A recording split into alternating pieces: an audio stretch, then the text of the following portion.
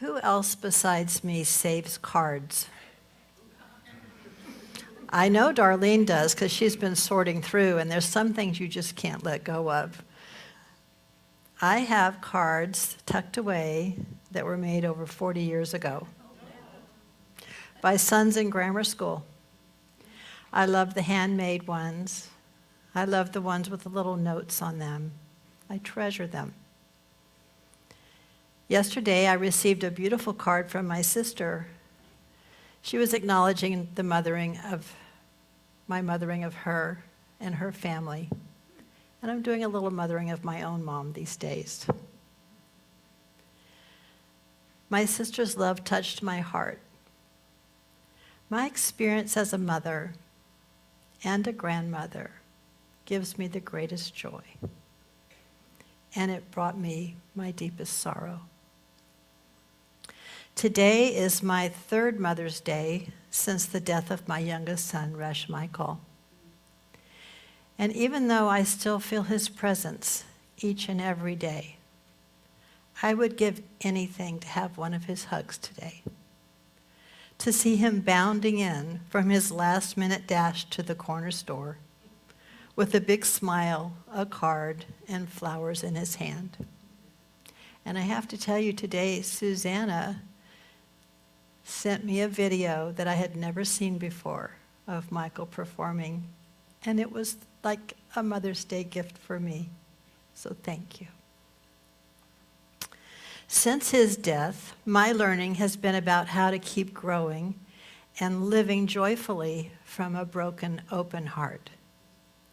I've learned that the heart can expand and extend and be, as Mother Teresa taught us, a breath of kindness in the desert. Mother Teresa never bore children, yet she embodied the divine nurturer in all of us. Mother Teresa says, "Let no one ever come to you without leaving better and happier." Be the living expression of God's kindness, kindness in your face, kindness in your eyes, and kindness in your smile. She goes on to say, the greatest disease in the world today is being unwanted, unloved, and uncared for.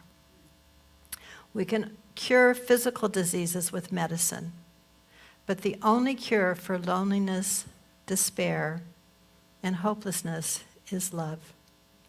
There are many in the world dying for a piece of bread, but many more are dying for a little love. We set aside this day as a time for outpourings of love and appreciation for our moms. However, for some, Mother's Day brings up feelings and memories that aren't so joyful.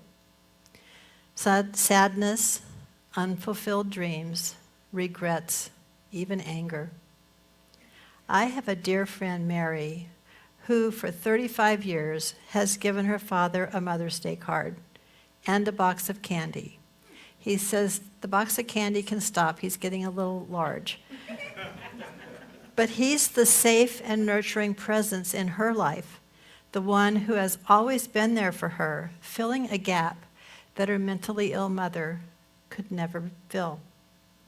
Mary says today, even as she's picking out the Mother's Day card for her father, she still gets triggered by the sadness and anger she felt growing up with the lack of mothering from her mom.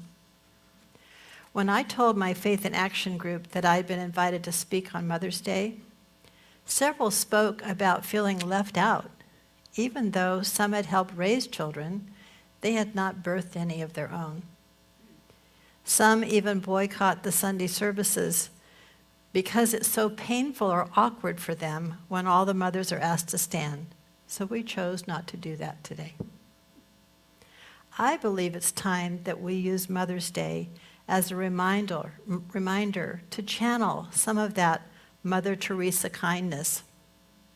Expand our current concept of what this day is all about.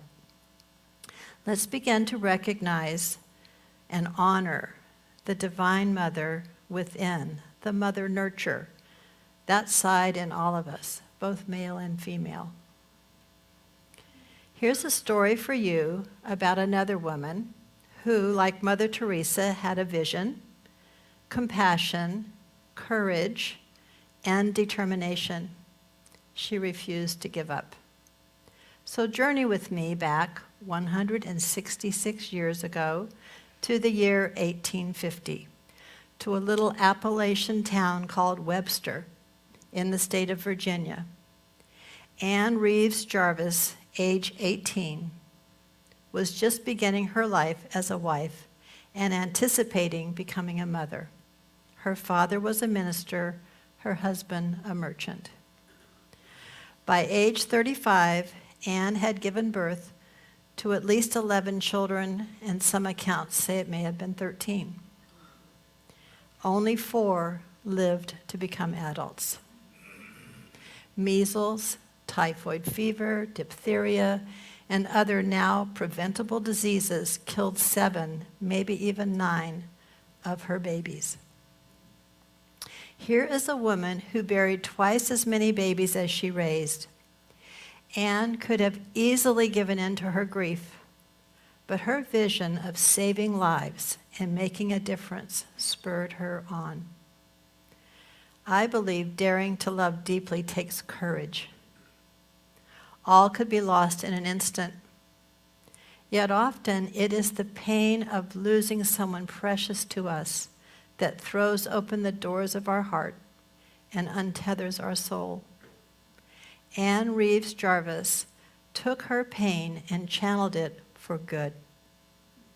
She chose to organize and educate mothers about milk contamination and poor sanitary conditions, 2 leading causes of infant mortality. She started a club of women to raise money for medicine. She hired women to work in families where the mothers suffered from tuberculosis or other health problems. She developed programs to inspect milk long before the state required it. In 1861, our country began fighting the Civil War. The state of Virginia, her state, was divided. Anne Jarvis, now the ripe age of 29, bucked convention and authority and organized her women's club to feed and clothe both Union and Confederate soldiers. When typhoid fever and measles broke out in the military camps, Anne and her club members nursed suffering soldiers, no matter what uniform they wore. When the war finally ended in 1865, even with threats of violence against her, she organized an event to help begin the healing process for soldiers and families from both sides. Anne shared a message of unity and reconciliation. Bands played both Dixie and the Star-Spangled Banner, and the event ended with everyone singing Auld Lang Syne. Tears flowed and hearts healed. Throughout her life, Anne continued calling for and organizing women to take an active political role in promoting peace. She called her organization the Mother's Day Work Clubs, and she called her healing event Mother's Friendship Day. It was Anne's 9th child, 12-year-old Anna Jarvis, who, upon overhearing her mother's prayer, nurtured that seed into the holiday we celebrate today. Anne's prayer, I hope that someone, sometime, will found a Memorial Mother's Day commemorating her for the matchless service she renders to humanity in every field of life. She is entitled to it. When Anne Jarvis died in 1905, it was this daughter, Anna, who never had children of her own, who organized the first Mother's Day observances to fulfill her mother's prayer and honor her mom. In 1914, 102 years ago, President Woodrow Wilson officially set aside the second Sunday of May for Mother's Day.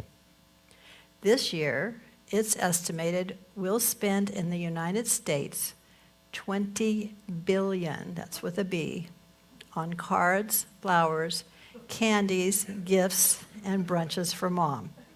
So be sure and get your share. When I started my research, I didn't know that the roots of this holiday grew out of a desire to mobilize and organize women to create peace, lower infant mortality, and tend to the wounded. I did know that our world still cries out for that same nurturing energy that Anne Reeves Jarvis and her daughter Anna wanted to honor. They acknowledged the mother nurture that renders service to humanity in every field of life. Today, we might call this the divine feminine. Let me tell you another story about the power of love in action. I found this story within the pages of one of Jack Canfield's Chicken Soup for the Soul books. It takes place in 1945 and is told by George Ritchie, who was a young American soldier assigned to a concentration camp near Wuppertal, Germany.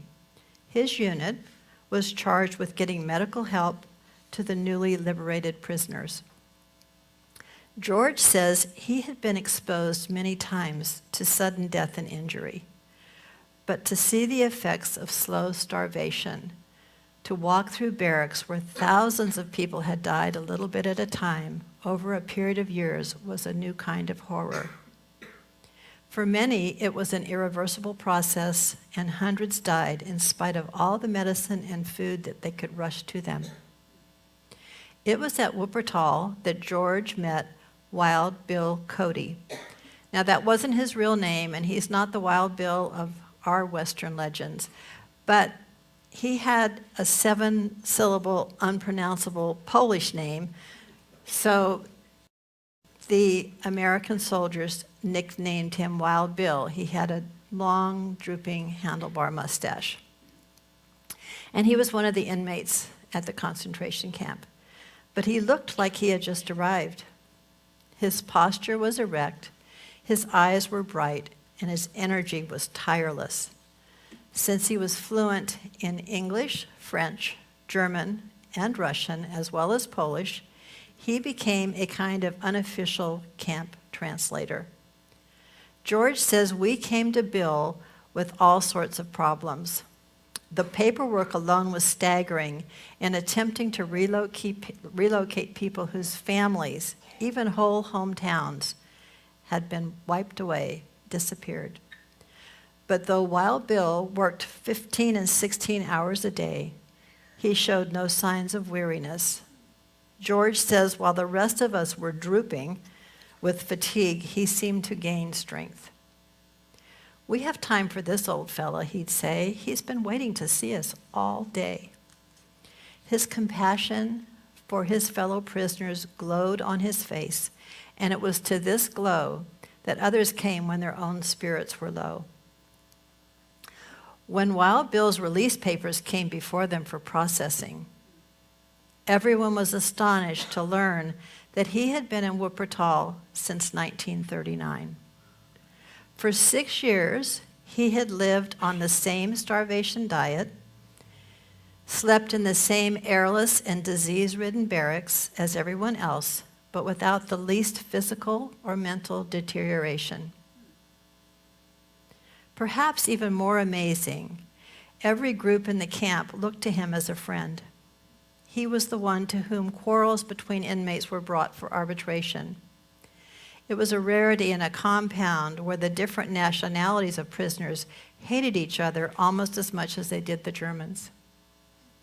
As for the Germans, the feelings against them ran so high that in some of the camps liberated earlier, former prisoners had seized guns, run into the nearest village, and simply shot the first Germans they could find. Part of George's instructions were to prevent this from happening. Again, Wild Bill was their greatest asset, reasoning with the different groups and counseling forgiveness. "It's not easy for some of them to forgive," George commented to Wild Bill one day as they sat over mugs of tea in the processing center. So many of them have lost members of their families. Wild Bill leaned back on the upright chair and sipped at his drink. We lived in the Jewish section of Warsaw, he began slowly, the first words George had ever heard him speak about himself. My wife, our 2 daughters, and our 3 little boys. When the Germans reached our street, they lined everyone against the wall and opened up with machine guns. I begged to be allowed to die with my family, but because I spoke German, they put me in a work group. He paused, perhaps seeing again his wife and children. I had to decide right then and there, he continued, whether or not to let myself hate the soldiers who had done this. It was an easy decision, actually. I was a lawyer. In my practice, I had seen too often what hate could do to people's minds and bodies. Hate had just killed the 6 people who mattered the most to me in this world. I decided then that I would spend the rest of my life, whether it was a few days or many years, loving every person I came in contact with. Loving every person he came in contact with. This was the power that had kept a man healthy and well in the face of every hardship. He kept his heart open, refused to hate, and chose instead to make a difference by nurturing and caring for those he could. What is this love that sustained him? Every Christmas, our congregation honors the union of the divine feminine and masculine by taking our very familiar nativity story and showing how each of the main elements and characters in the story are relevant to our lives today. We hear from the angel. We hear from Mary and Joseph, the manger, the star, the shepherd, the wise men, and the Christ child. If you haven't been to that service, you want to come. When Mary speaks, she says, I am the divine feminine in all of us. There's the mother. I am the perfect love that fills your soul. I am that in you which desires to see only the good come to you and to every other creature of the universe.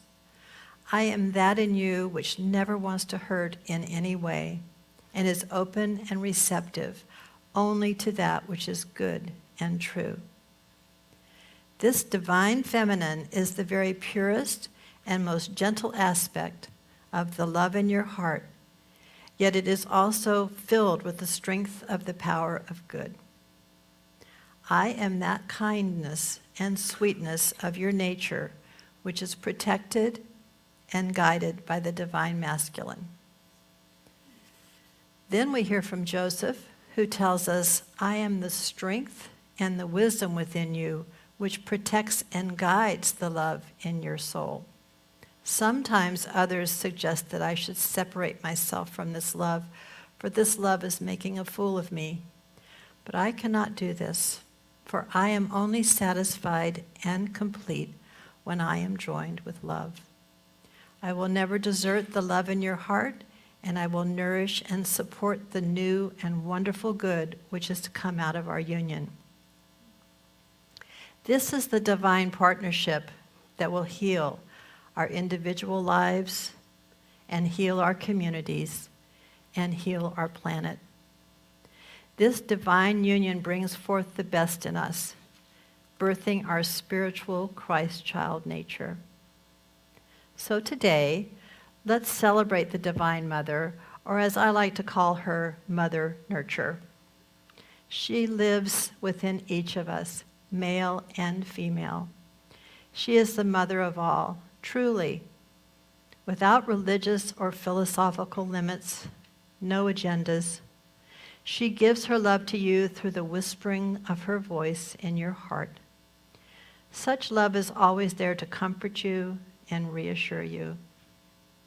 Sometimes she is campaigning for peace or tending to wounded soldiers. Sometimes she is in the darkest of prisons, and sometimes she is a tiny nun ministering to the poor. She offers to us all the loving that we think we have missed or have felt disconnected from. She is the mother who holds you, the true spiritual mother for whom you have always yearned, just as she is the presence within each and every one of us who tries their best to give all that we can give. She is the love that turns the leaves on the breeze. She is the softness of your pillow that holds your head in its rest. She is the love that holds the newborn, and she is your comforter when your heart breaks. She is the wonder and celebration of life within you that reminds you each day to embrace this life that you've been given and all the joys that it can bring. She expresses herself in the loving feelings that arise in our hearts, and she opens the doorway to our soul. She is always with us, and we can hear this in our prayer for protection that we end each service with. This love surrounds and enfolds us, protects and watches over us. Wherever we are, she is right there with us. When we choose to recognize, embrace, and express this divine Mother Nurture energy within us, we are never alone. Wouldn't a world transformed by motherly love be a world where everyone received what they needed in the way of safety, food, shelter, love, acceptance, and freedom? Mother Teresa knew this. Wild Bill Cody knew this. Ann Jarvis lived and fought for this. So while appreciating the mothers closest to us is a lovely thing to do, and I encourage you to do so, we can also see this day to extend that ideal motherly love beyond our own family circles. Spread it out into the world. Let's choose to recognize, embrace, celebrate, and express our divine Mother Nurture.